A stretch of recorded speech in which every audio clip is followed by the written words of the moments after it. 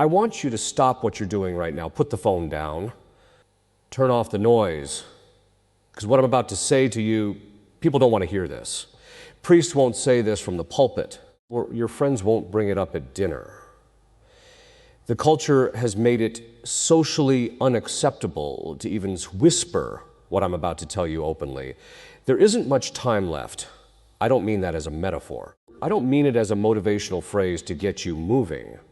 I mean it as a theological and spiritual diagnosis of where we are right now, as a civilization, as a church, and most importantly, as individual souls standing before the living God. Every generation thinks they're living in the end times.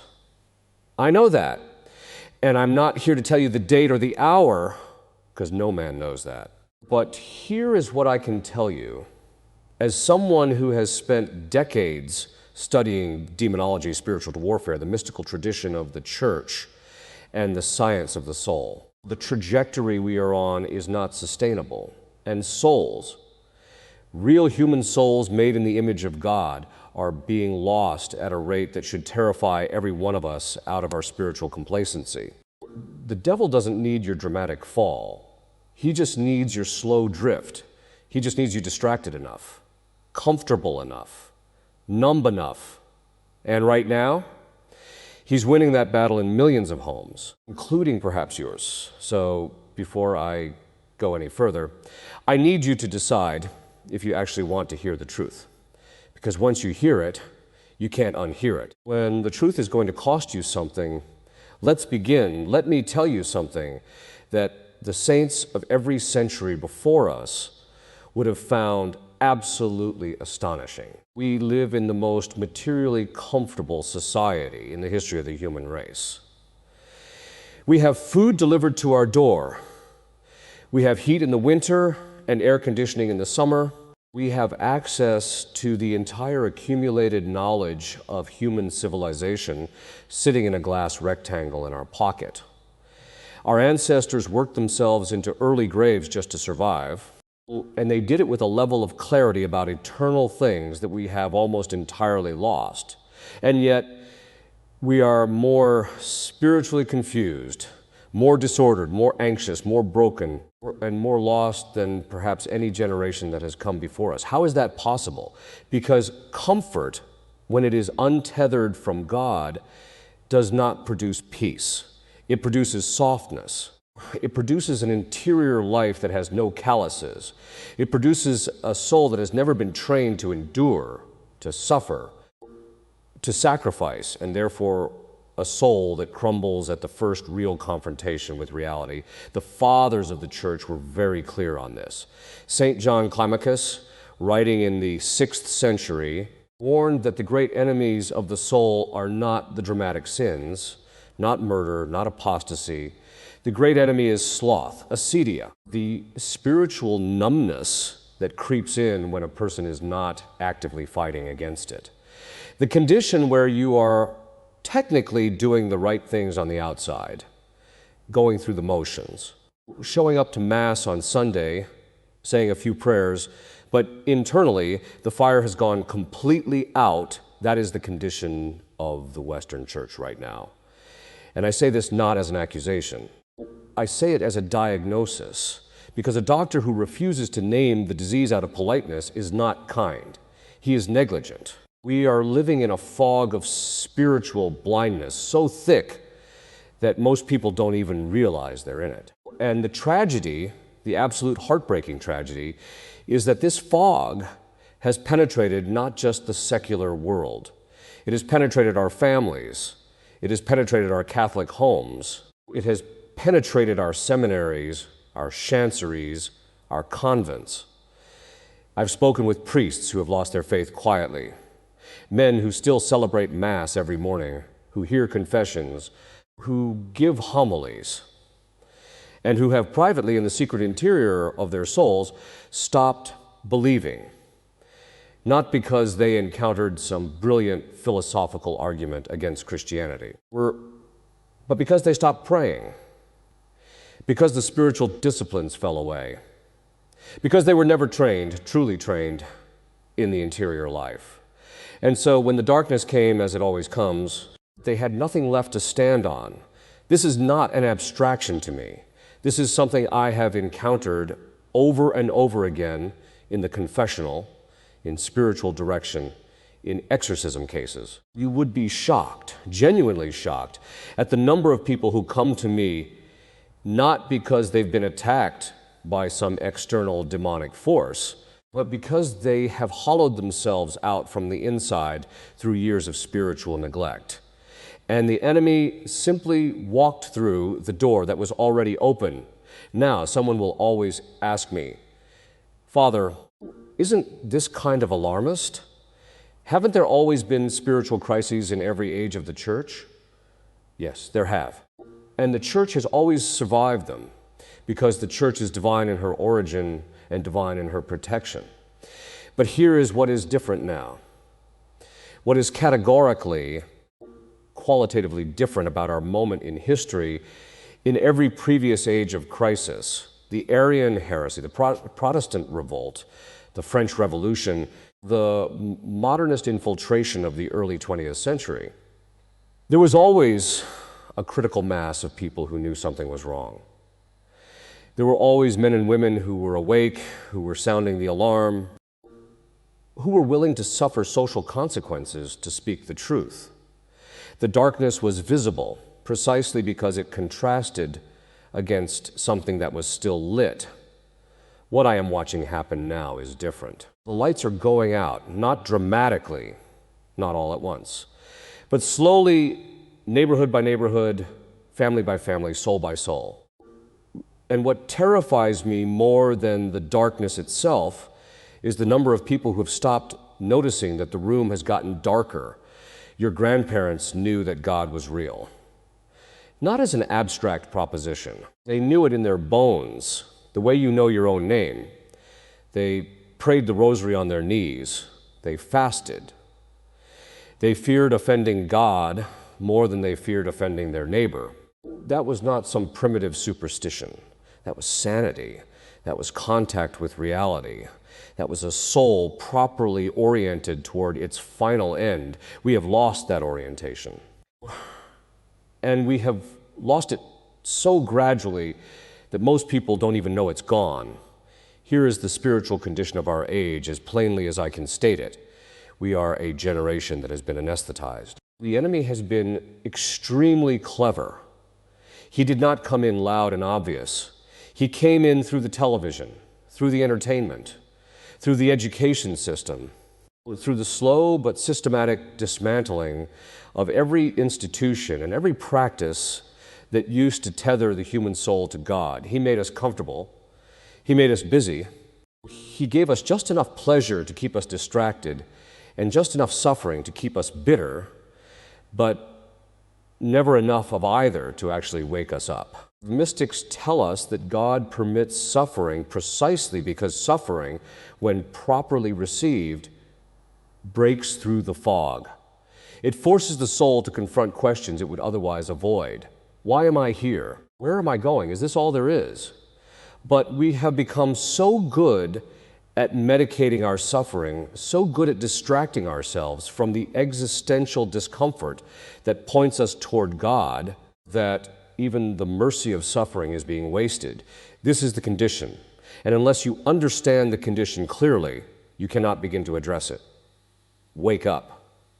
The fog is real. The first step out of it is simply acknowledging that you're in it. People misunderstand the devil. They think of him as some kind of cosmic cartoon villain. Red suit, pitchfork, obvious. They imagine demonic activity as the stuff of horror movies, levitation, spinning heads, voices from the walls. And because their life doesn't look like that, they conclude they have nothing to worry about.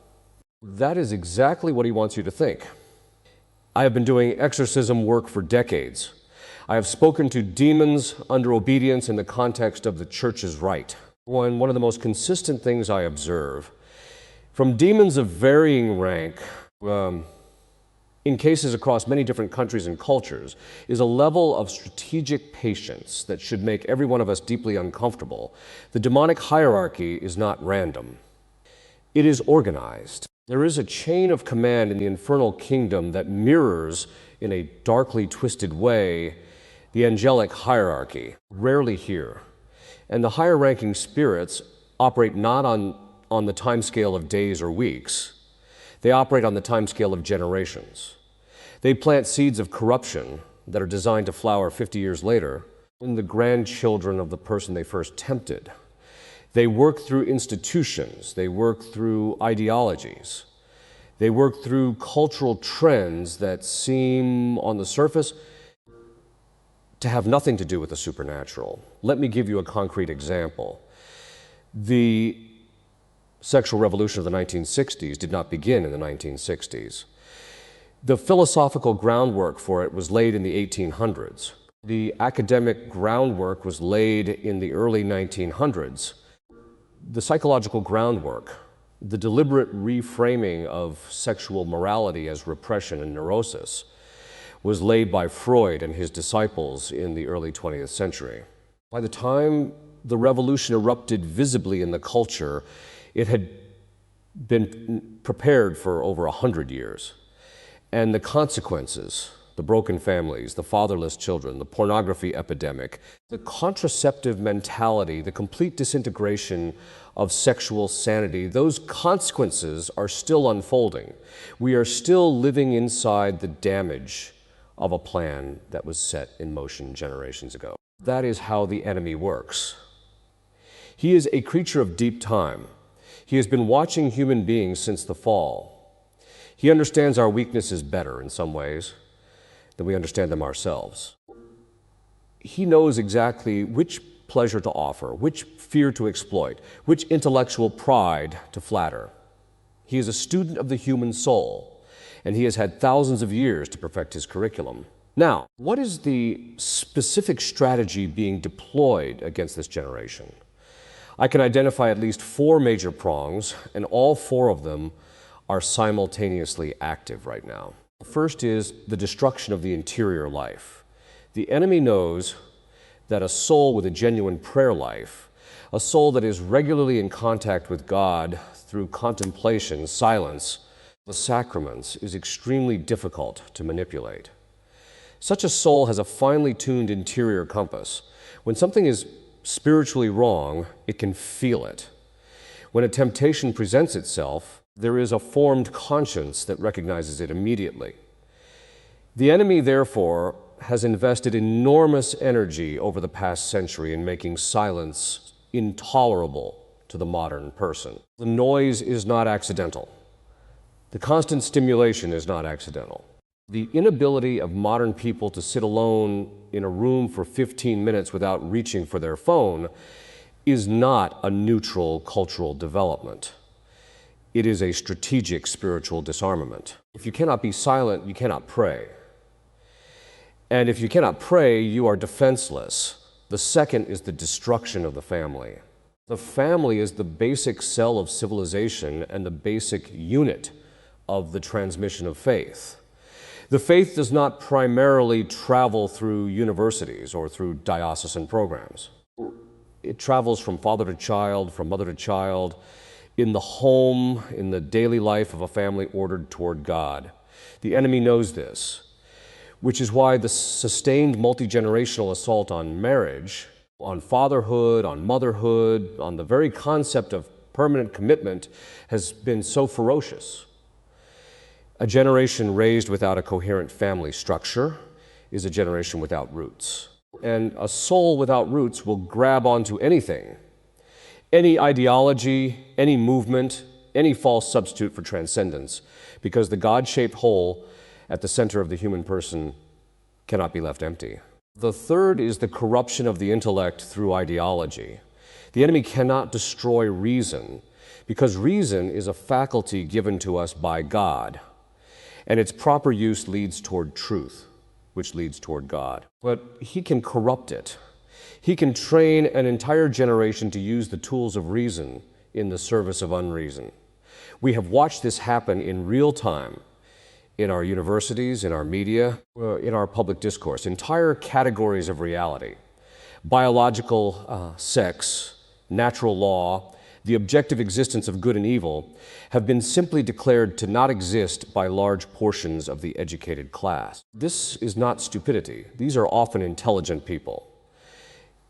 But intelligence weaponized by pride and untethered from humility before objective truth becomes one of the most dangerous forces in the world. A man who is convinced by sophisticated argument that evil is good is far more dangerous than a man who sins out of weakness and knows he is sinning. The fourth, and this one I want you to hear very carefully, is the targeting of the young. The enemy is not spending the majority of his resources on people who are 50, 60, 70 years old. Their habits are formed, their trajectories are largely set. He is spending his resources on the generation currently between the ages of 12 and 30, because that is where the future of the church is. That is where the future fathers and mothers are. The children who are being formed or deformed right now will be raising the next generation within 20 years. And what I am seeing in that population, spiritually, psychologically, emotionally, should keep every Catholic parent awake at night. The strategy is sophisticated, the strategy is patient, and it is working. The only counter strategy is the one the church has always proposed: radical, total, uncompromising commitment to holiness, not politeness, not niceness, holiness. There is a passage in the prophet Ezekiel that has haunted me for years. God is speaking to the shepherds of Israel, the priests, the leaders, the men entrusted with the care of his people. And he says this: "You have not strengthened the weak, you have not healed the sick, you have not bound up the injured, you have not brought back the strayed, you have not sought the lost, but with force and harshness you have ruled them." And then he says, "So they were scattered because there was no shepherd, and they became food for all the wild beasts." No shepherd, food for the beasts. That is a theological statement about what happens when legitimate authority abandons its post. And I want to speak to this directly because it is one of the most painful realities of our moment and one of the most systematically avoided subjects in Catholic public discourse. We have a crisis of shepherding in the Catholic Church. I am not saying this to be sensationalist. I am not saying this to undermine anyone's faith in the Church herself. The Church, as the mystical body of Christ, is indefectible and holy. But the human element of the Church, the bishops, the priests, the theologians, the chanceries, that human element is capable of failure. It has failed before. It is failing now. And the consequences of that failure are not abstract. They are showing up in empty seminaries, in collapsing mass attendance, in the complete spiritual homelessness of an entire generation of young Catholics who were never given a coherent, robust, demanding presentation of the faith. Let me be precise about the nature of the failure. It is not primarily a failure of orthodoxy on paper. Most Catholic leaders in the Western Church still technically affirm the Creed. They still technically affirm the Church's teaching on the sacraments, on morality, on salvation. The failure is a failure of courage, a failure of willingness to say clearly from a position of authority, this is wrong, this will damage your soul, this is not compatible with following Christ. The world has made this kind of clear speech socially costly. If a bishop gets up and says plainly that contraception is gravely disordered, which it is, which the Church has taught infallibly, he will be mocked in the press. He will lose donations. He will be accused of being out of touch, of not understanding the real struggles of modern families. And rather than accept that cost, most shepherds have simply stopped saying it. They have retreated into a kind of pastoral mush, warm feelings about accompaniment and journey and mercy, that never actually proposes anything, never challenges anything, never demands anything. And here is the spiritual consequence of that retreat. When authority goes silent, people don't fill the void with common sense. They fill it with whatever the culture is telling them. They fill it with whatever the social pressure is most intense. They fill it with whatever makes their life easiest in the short term. Because that is what fallen human nature does without the guidance of formed authority. The wolf doesn't wait for an invitation. When the shepherd disappears, the wolf simply moves in. I have seen this in family after family. Catholic families who were never told, not once, by any priest, bishop they trusted, that cohabitation before marriage was spiritually dangerous, that pornography was spiritually devastating, that missing Mass on Sunday was a mortal sin with real consequences for the soul, that certain political commitments are genuinely incompatible with Catholic faith, or they were never told because the shepherds were afraid of the reaction. And so these families made decisions based on the logic of the surrounding culture, suffered the consequences of those decisions, and often blamed the church for not warning them, when the real failure was the silence of men who should have spoken. Now, I want to be careful here, because there is a temptation, especially among traditional Catholics, to respond to this crisis with contempt, with a kind of spiritual superiority, an attitude of the hierarchy is corrupt, the mainstream church is useless, we're the only ones who have it right. That is a trap.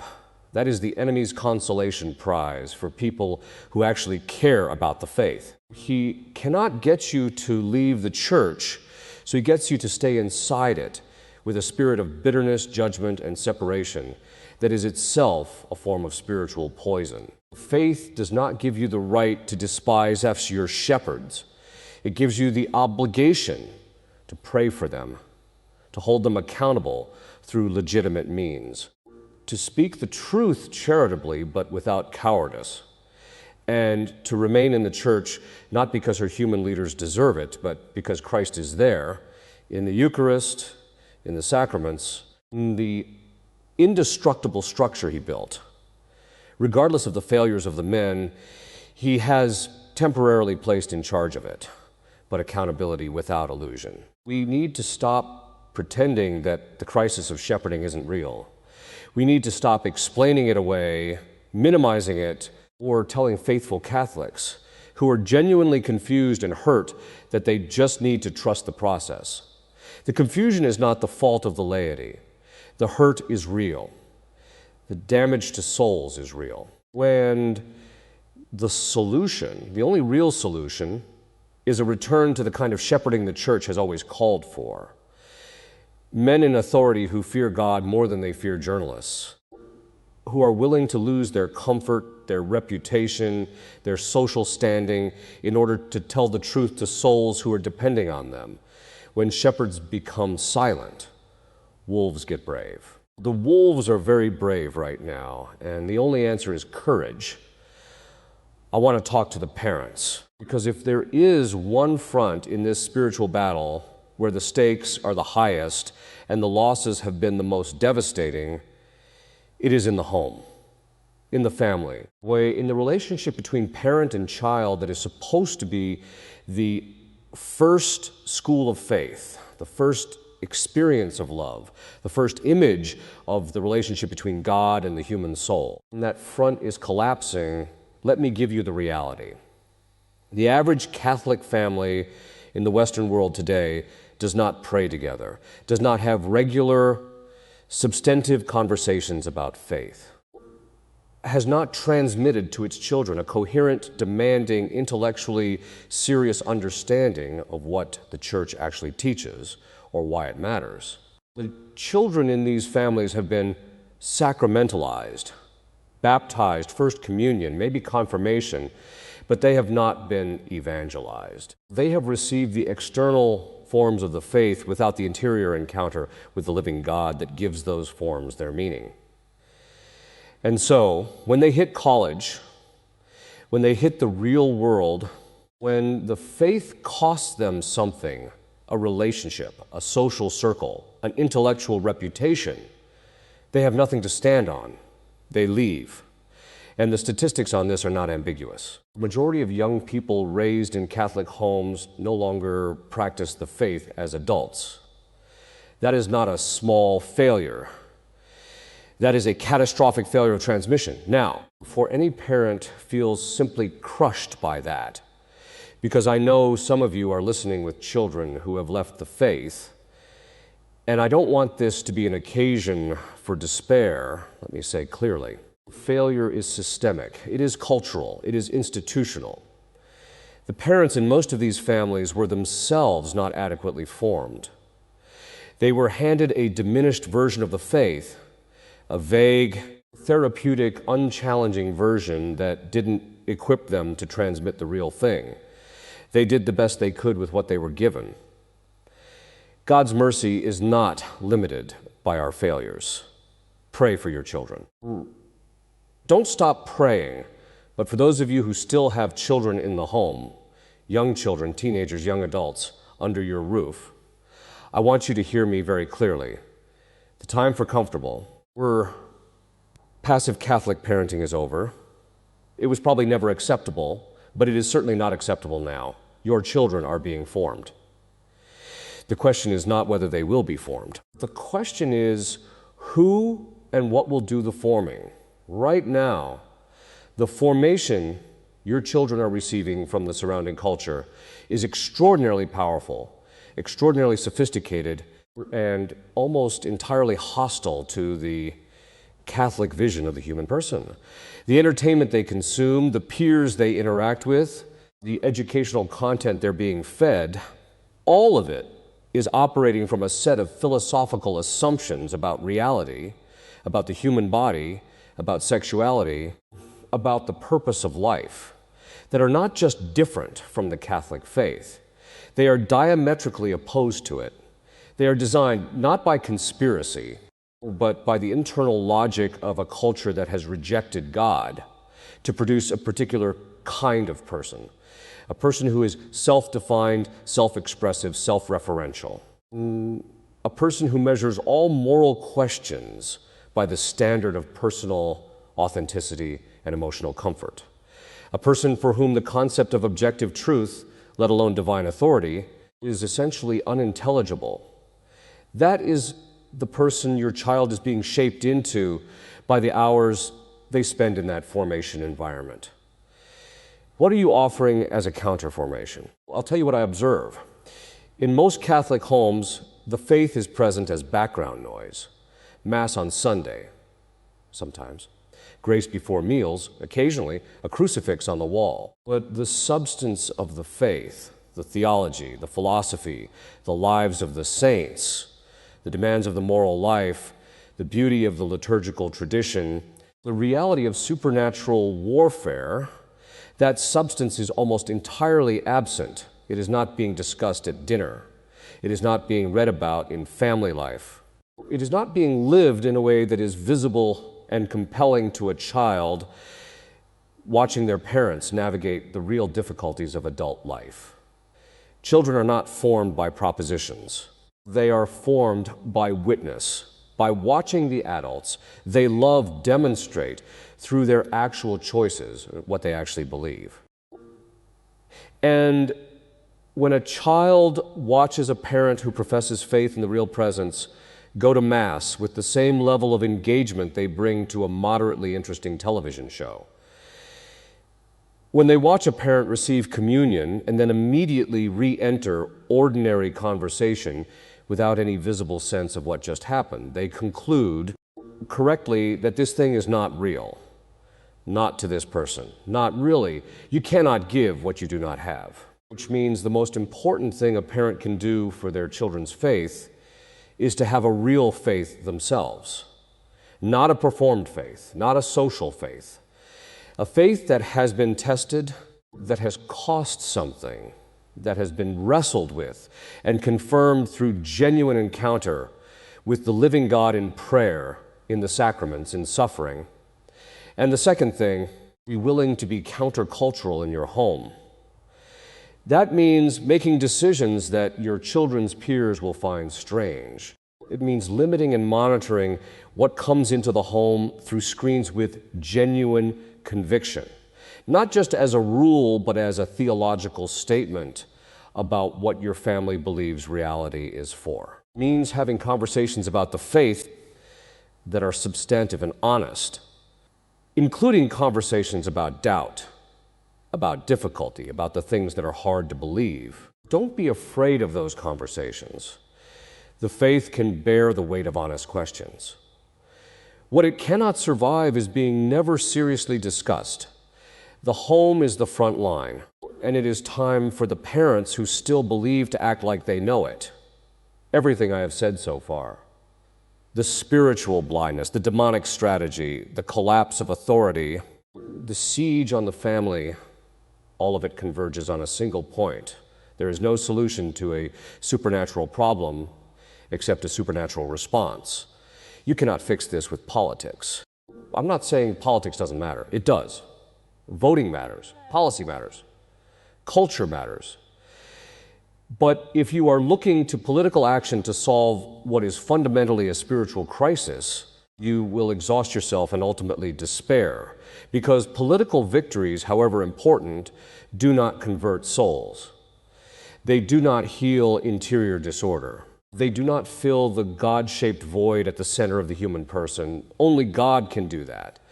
And God works primarily, not exclusively, but primarily, through the interior life of the soul. What is the interior life?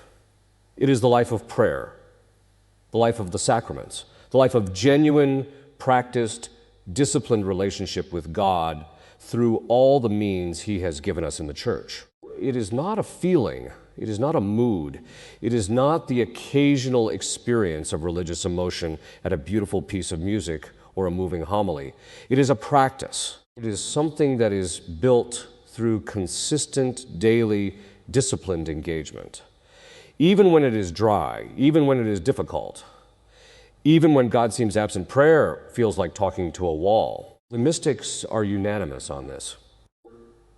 Saint Teresa of Avila, who is a doctor of the church precisely because of her authoritative teaching on prayer, says plainly that mental prayer is absolutely necessary for salvation, not for heroic holiness, for salvation. Because a soul that never prays is a soul that is not in genuine relationship with God, and a soul not in genuine relationship with God is a soul being slowly consumed by its own disordered appetites and by whatever external spiritual forces fill the vacuum. Let me tell you what I have observed in the people who do not fall, who are facing the same cultural pressures, the same temptations, the same difficulties as everyone else, but who manage to maintain integrity of soul and genuine growth in holiness. Without exception, these are people with a robust interior life. Daily prayer, not 5 minutes before bed, but genuine, extended, attentive prayer, regular reception of the sacraments, and above all, regular confession. Genuine engagement with spiritual reading, the real stuff, the saints, the mystics, the doctors of the church. And often, some form of personal penance, some voluntary sacrifice that keeps the appetites under discipline and keeps the soul alert to the reality of eternity. These are not exotic practices. These are the basics. These are what the church has always taught in every century as the foundation of the spiritual life. And yet, I say this with grief, not with judgment. The majority of Catholics in the Western world today do not have these basics in place. Not even close, and so they are spiritually naked in the middle of a supernatural war. I want to speak specifically about confession, because I think it is the most neglected and the most transformative of the ordinary means of grace. The sacrament of penance is not a nice optional extra for scrupulous Catholics.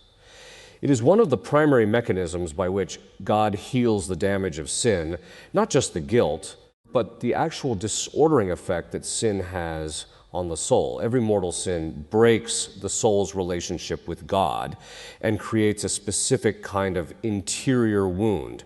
That wound needs to be healed. And God has given us confession precisely as the ordinary means of that healing. When the church says that a Catholic in the state of mortal sin who dies without confession dies in damnation, that is not cruelty. That is the church telling us how seriously God takes the invitation to relationship and how real the consequences are when we refuse it. Most Catholics in the Western world go to confession once a year. Maybe. Some haven't been in a decade. Think about what that means spiritually.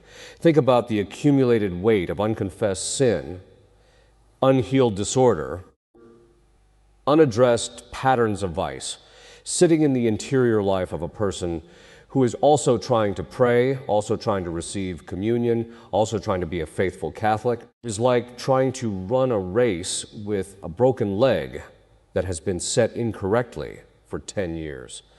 The pain has become normalized, the dysfunction has become invisible, but the damage is real and it is cumulative. Go to confession. I mean this with absolute pastoral directness. Whatever it takes, find a priest, make an appointment, drive an hour if you have to. Make a thorough examination of conscience.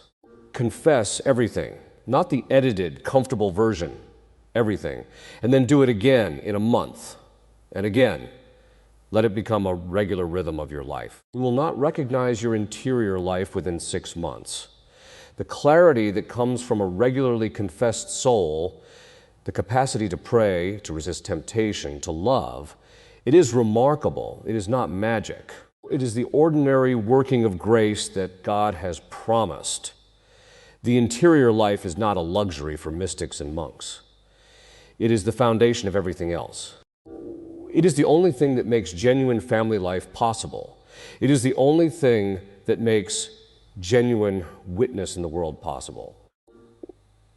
It is the only thing that makes authentic Catholic engagement with the culture possible. Without it, we are fighting a supernatural war with nothing but natural weapons, and we will lose. I want to end with the question that matters most, not the question of what is wrong with the culture.